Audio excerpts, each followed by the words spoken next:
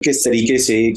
तीन चार लोगों की फैमिली अगर है तो वो 200 यूनिट से नीचे बिल रख कैसे सकती है अपना। फॉर एग्जांपल एक फ्रिज है घर के अंदर 60 यूनिट आप समझे महीने के एक बिजली के जो है वो एक रेफ्रिजरेटर की नजर हो गए। बिल को अगर आपने 200 यूनिट तक रखना है तो आपको एनर्जी को मैनेज करना होगा उसकी कंजम्पशन को।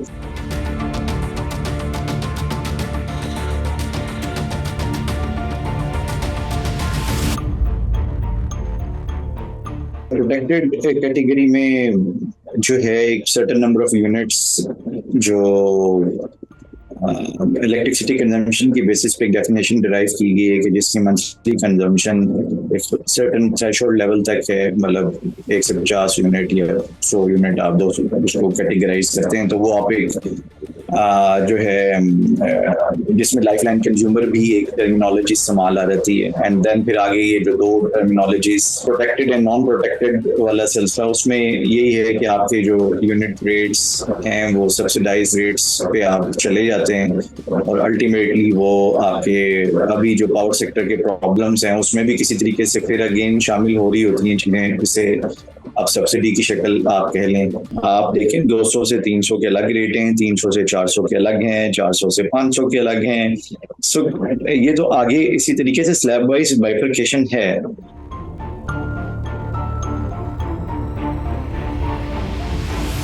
किस तरीके से तीन चार लोगों की फैमिली अगर है तो वो 200 यूनिट से नीचे बिल रख कैसे सकती है अपना। फॉर एग्जांपल एक फ्रिज है घर के अंदर तो 1.5 से 2.5 यूनिट जो है वो समर वेकेशन है, घरों में बच्चे जो हैं वो हैं, पानी प्यास लगती है, बार बार दरवाजा खुलता है फ्रिज का, बंद होता है। सो 1.5 से 2.5 यूनिट आपका जो है एक नॉर्मल जो मीडियम साइज रेफ्रिजरेटर है वो आपकी इलेक्ट्रिसिटी मतलब 60 यूनिट आप समझे महीने के एक बिजली के जो है वो एक रेफ्रिजरेटर की नजर हो गए। सो इस सीजन में तो रेफ्रिजरेटर भी जरूरी है, लग्जरी आइटम तो नहीं है। तो 60 यूनिट इससे हो गए, या फिर पानी की मोटर लगा लें, पंखे दो लगें आपके आपके जो घरों के अंदर चीजें नई अप्लायंसेस ऐड हो गई हैं। फॉर एग्जाम्पल मोबाइल चार्जर नहीं होते थे जी आपके पहले लोड्स में घरों में। तो अगर आप सिर्फ एक घर के अंदर अगर आपके 2-3 लोग भी हैं तो एक कंजम्पशन को देख लें। एक normal mobile charger fast charger जो है आजकल ज्यादातर 60-65 वाट का तो एक फास्ट चार्जर होता है आप सिर्फ मोबाइल का। तो अगर घर में आपके 1 घंटा एक चलता है, 10 घंटे चलेगा अगर ये आपका, तो फॉर एग्जांपल तो 10 घंटे के अंदर आपके अगर 50 वाट का भी है तो आप उस हिसाब से देखें कि आपका बिजली का यूनिट जो है वो कितनी देर में एक कंज्यूम कर लेगा। 2 दिनों में 1 यूनिट आपका एक जो है वो मोबाइल का डॉक्टर ले जाता है। सो वो आप एक कतरे कतरे से दरिया बनता है। तो वो 200 मतलब वही चीजें एनर्जी पॉवर्टी की इस्तेलाह इस्तेमाल होती है कि यूनिट के रेट इतने हो जाना बिजली के या बाकी जराए जो हैं तवानाई के, उनके जो कीमतें इतनी हो जाना कि आम बंदे की जो है वो उसकी मुश्किल हो जाए उसको देना और वो अपने कंफर्ट लेवल को डिस्टर्ब कर बैठे।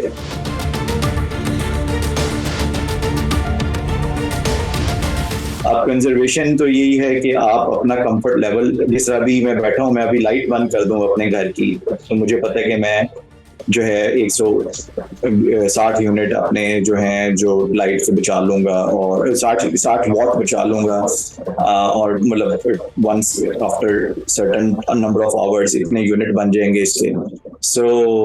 वो मैं एक अंधेरे में आपसे बात करूंगा, आपके लिए भी डिस्कम्फर्ट होगा और मेरे लिए भी होगा। In fact this is like compromising on your comfort level but you are still saving energy. तो ये कंजर्वेशन की डेफिनेशन में हमारे इस तरीके से बहुत से मामलात हैं कि हम अभी मैं बैठा हूँ, मैं एसी बंद कर दूं, पंखा बंद कर दूं तो मैं अपने आप को डिस्टर्ब कर दूंगा एक कंफर्ट जोन को। सो कुछ बुनियादी चीजें हैं आपको चाहिए। तो अगर आप अपने कंफर्ट जोन को डिस्टर्ब किए बगैर अपनी रिक्वायरमेंट्स पूरी कर लेते हैं विद लेस एनर्जी, तो ये एनर्जी एफिशिएंसी में by virtue of technology appliances नए एफिशिएंट आ चुके हैं, वो चेंज करके ये सेंसर्स लगा के, तो वो आपकी जहाँ टेक्नोलॉजी अपडेशन और अपना आपका कंफर्ट लेवल डिस्टर्ब नहीं होता, वो आपका एनर्जी एफिशिएंसी कहलाता है।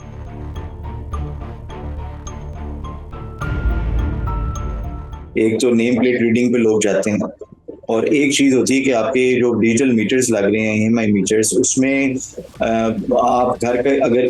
बाहर उसकी अगर यूनिट पढ़ने आ जाए किसी को घर में, कोई भी आप सेफ यानी कि आपकी दस्तरस में है मीटर और आप उसकी रीडिंग्स को बखूबी देखते भी हैं, लोग आजकल बार बार जाके देखते हैं आज कितने यूनिट हो गए, 200 से ऊपर तो नहीं टपने लगा, या इस तरीके से जा रहे हो देखने के लिए। सो उसमें ये है कि आप जो हैं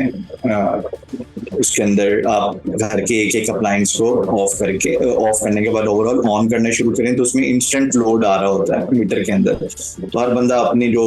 एक एक चीज को ऑन करके देखेगा तो उसको अंदाजा होता रहेगा जो इंस्टेंट लोड ऊपर की तरफ जा रहा है वो उनके वॉटेज इनफैक्ट अप्लायंसेस के हैं जो कि वो कंज्यूम कर रहे होते हैं अपने एट सर्टेन टाइम। तो वो अवेयरनेस जो है होना वो जरूरी है। एक इंटरनेशनली एक जो है एक प्लेटफॉर्म है या IFC एज सर्टिफिकेशन कहते हैं उससे, या it's a software, it's a certification process, it's a standard as well, जिसमें जो है डिफरेंट टाइप्स ऑफ बिल्डिंग्स की डिजाइन को एनालिसिस करके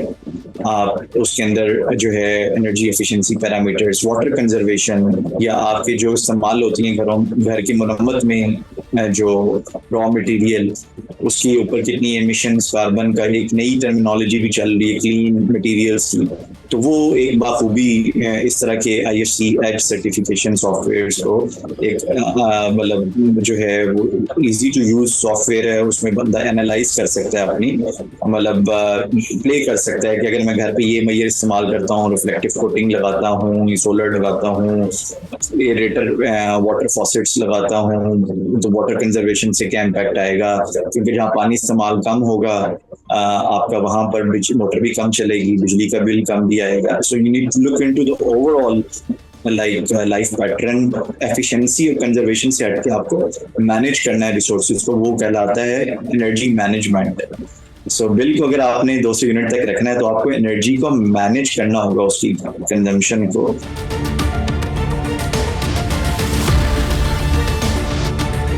द पॉइंट इज कि जब तक हमारी एनर्जी मिक्स जो है वो एक एफिशिएंट प्लांट्स को फोकस करते हुए नहीं दिया जाएगा, मतलब उनको तरजीह नहीं दी जाएगी, तो आपकी ओवरऑल प्राइस के ऊपर जो है वो इम्पैक्ट उस तरीके से नहीं दिखेगा। खासतौर पे वो जो कि इम्पोर्टेड फ्यूल के ऊपर रन होते हैं प्लांट्स, तो मस्ट रन प्लांट्स भी हैं एज पर जो हम कैश 22 सिचुएशन में फंसे हुए हैं, एग्रीमेंट साइन कर चुके हुए हैं कुछ मखसूस पावर प्लांट्स के साथ, उस वक्त के हिसाब से माइट बी ऑप्शंस और ना हो, but it could have been better negotiated and कुछ किए भी गए हैं पिछले दौर में, रिनेगोशिएट करके उसको कहीं ना कहीं लॉक इन किया गया डॉलर की प्राइसेस को। और अब दोबारा भी अगर देखा जाए तो कोई हर्ज नहीं है, बट देयर इज ऑलवेज मतलब इन्वेस्टर्स अपना इंटरेस्ट में जो है उसको सेफ गार्ड करते हैं, बट आवाम को भी सेफ गार्ड करने की जरूरत है। शुरू में जब सरकारी साइड से मामला देख रहा होता तो मेरा उससे भी जो बयानिया था वो ये था कि अगर हम टैक्स एग्जामिशंस ले रहे हैं और मतलब सब्सिडीज मतलब सोलर पैनल्स की ड्यूटीज नहीं ले रहे, तो सबसे ज़्यादा जो है अगर हमने अपनी इकोनॉमी को जो है वो संभालना है तो हमें सब्सिडी को कम करना है, या हमें वो तबका जो आप लाइफ लाइन कंज्यूमर्स जिसे आप कहते हैं या प्रोटेक्टेड कैटेगरी वाले, हमें ये पैनल्स जो हैं उस साइड पे सबसे पहले देने चाहिए थे, और ताकि वो जो आपके सब्सिडी वाले एलिमेंट है हम उसको कैटर करें, और वो जो रेकरिंग हर महीने की बिलियंस ऑफ रुपीस की उनके जो टैरिफ यूनिट रेट के जो डिफरेंस आता है वो हम उससे अगेंस्ट उनकी रिकवरी करते तो हमारा एक विन विन सिचुएशन भी बन पाती। Thank you for watching the full video. If you want to see more of such meaningful content, show your support by hitting the subscribe button.